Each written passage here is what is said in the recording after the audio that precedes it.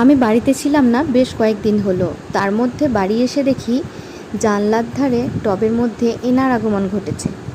তো ইনি এখানে দুটো ডিম পেড়েছেন, আর দূর থেকেই একটু ভিডিওটা করা হচ্ছে যাতে করে উনি ভয় না পান।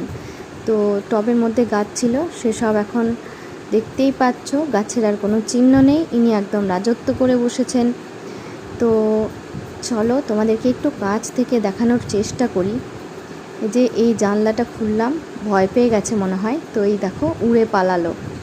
যাই হোক, এই ডিম দুটোকে তোমাদেরকে দেখিয়ে দিই। এই দেখো কি সুন্দর ছোট্ট ছোট্ট দুটো ডিম, আর সারাদিন ডিমে তা দিয়ে বসে আছে। ডিম ফুটে কবে বাচ্চা বেরোবে সেই আশায় আমরাও দিন গুনছি।